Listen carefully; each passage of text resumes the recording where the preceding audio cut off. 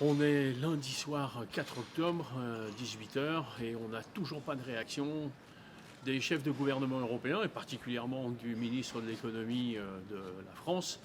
sur un scandale qui a éclaté il y a déjà plus de 24 heures, les Pandora Papers, qui, 5 ans après les Panama Papers, nous font éclater au grand jour un gigantesque scandale fiscal mondial dans lequel des dirigeants européens trempent directement. C'est vraiment incroyable de se retrouver dans une situation aussi ubuesque et aussi immorale vis-à-vis du peuple en général, vis-à-vis des gens tout court. Et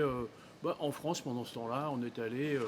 raboter les droits des chômeurs récemment en disant que comme ils étaient victimes, ils pouvaient être aussi coupables, parce que bon, ça ne se fait quand même pas de rester à la maison sans travailler et de toucher de l'argent, comme si les gens le faisaient volontairement, exprès, et y trouvaient du goût et du plaisir.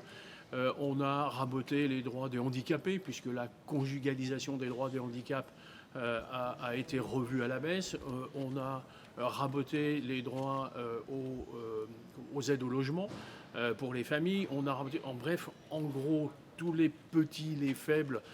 aujourd'hui qui sont plutôt les victimes quand même de difficultés de vivre et d'un pouvoir de vivre qui ne cesse de les atteindre et d'être diminué pour eux, ils sont transformés en coupables dans la société française. Et pendant ce temps-là,